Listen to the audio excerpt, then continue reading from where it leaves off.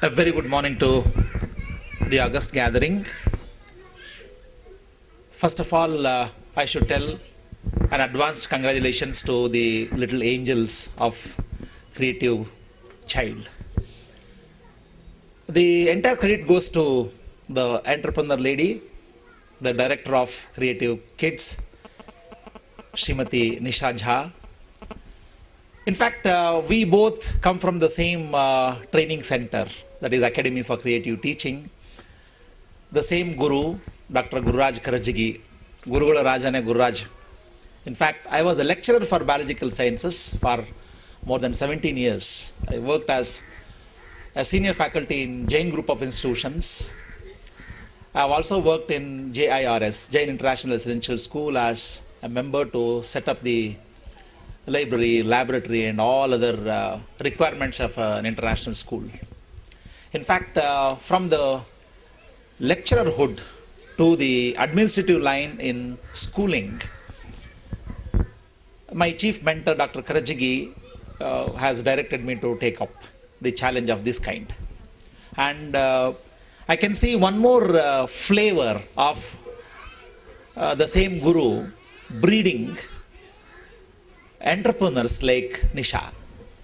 In fact, I'm so very proud that a teacher turns herself to an entrepreneur, gives employment to people, and also creates an awareness in the society that she can give sensible education to kids.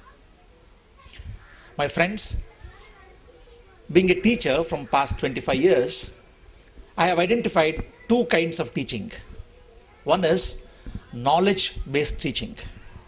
Another is skill-based teaching. When I used to teach, say MSc or BSc or PUC, in my subject like genetics, biotechnology, microbiology and such stuff, it is knowledge-based teaching. I refer to a couple of books. I gain some amount of information from these books. I have some experience behind to relate from known to unknown, make the class lively, make them understand a concept. That is knowledge-based teaching. That comes after PUC, second PUC and onwards, degree, MSc, engineering college and all that. But the other one is a skill-based teaching that Creative Kids, Creative Child is doing, in fact. To educate the kids at the very lower age, at 2 years, 3 years, 4 years age, it's a tremendously tricky job compared to knowledge-based teaching. When I know knowledge, say I take a textbook or internet facility or whatever the resources available, I compose an idea and deliver it in a class. And that too for the grown-ups who can understand what I am delivering. That's easy. But what the team of Nisha's Creative Kids, they are doing, it is a skill-based teaching. Right from holding the pencil, right from listening skills, speaking skills, reading skills and writing skills, we call it as WARC. All these techniques need to be started from the scratch, right from zero. So hats off to the team of Nisha. In fact, a lot of effort, lot of thinking and planning goes while executing their ideas to get implemented in the kid's mind. In fact, to make it as a practice by the child, it is a very tough task. So having in the educational scenario for more than 2 decades, having seen both college and school, one observation I have made for myself: in college, we teach a subject, but we may not learn too much. Little knowledge in one particular subject, we will describe it to the people. But in school atmosphere, we learn a lot. I taught for nearly 18 years in college, learned for more than 10 years in school. That would be my statement. So that's the very broader area in school, that a lot of learning is available for the educators.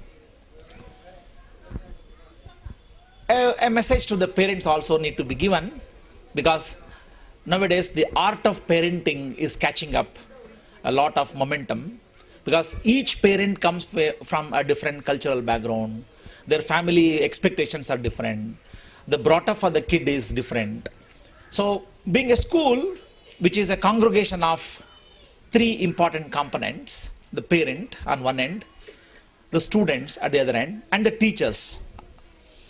So a triangle can complete only when there is a parental support for a proper teaching practice to happen. So on behalf of this wonderful school, I must thank the parents that you have done your responsibility of supporting the school and the teachers to take care of the kid and culture it, groom it, and educate it to the age appropriate knowledge what is required for it.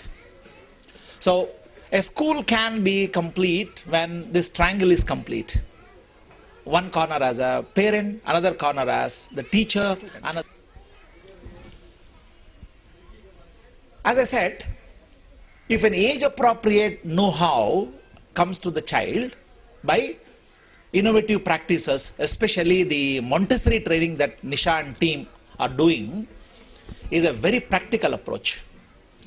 When I was a kid, he was actually discussing with madam in the morning, we straight away joined to grade 1. There is no LKG, UKG, nursery, anything as such.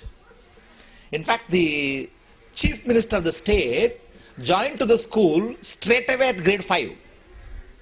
He never had LKG, UKG, forget about first to 4th standard. He joined to school straight away at grade 5 in one of the government schools. Now he is the Chief Minister of the state. Nisha joined to school at grade 3 to start with. I joined the school at grade 1 to start with. Chief Minister joined the school at grade 5. They're all typical examples of what we missed out. In fact, I'm feeling jealous about these small kids to have lot of facilities, lot of technicalities, training techniques being applied in their critical age. In their critical age of 2 to 6, if lot of sensibility is inculcated among kids, the same tendency, the same culture will continue throughout their schooling, and they'll really become extraordinary citizens of the country. So, with a concern with adding sensibility to the small kids at their critical age, when Montessori schools are adding values, they're adding culture to the kids in educating them in the right direction, especially the techniques like Montessori techniques. It would be continued in 3 important streams. As you all know, CBSE is one stream, ICSE is another stream, IGCSE is another stream. Most of the parents really have to have a good awareness about what next for the kid. Am I addressing the challenges of the present, or am I aiming at the futuristic challenges also for the child? In fact, as educators, we need not bank upon the amount of challenges which are cropping up now. I need to think of some 15 years ahead of it. Now we are in 2015. If I am talking about 2025 and plus, 2027, 2030 you can take. By 2030, what would be the competition for the education?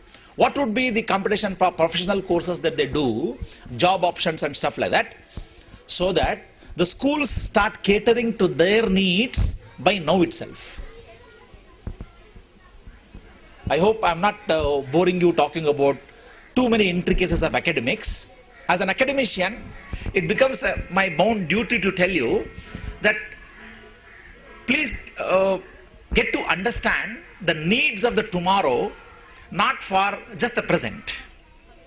So, lot of schools are mushrooming, lot of schools of international standards are cropping up, state board syllabus, CBSE, ICSE, IGCSE, many streams are coming up.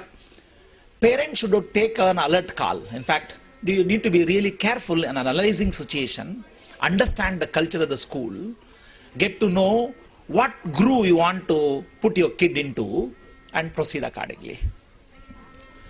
As head of an international school called The Global School, it's my great privilege to present before a parent community who is looking forward for the growth of the kids, especially a good education to them.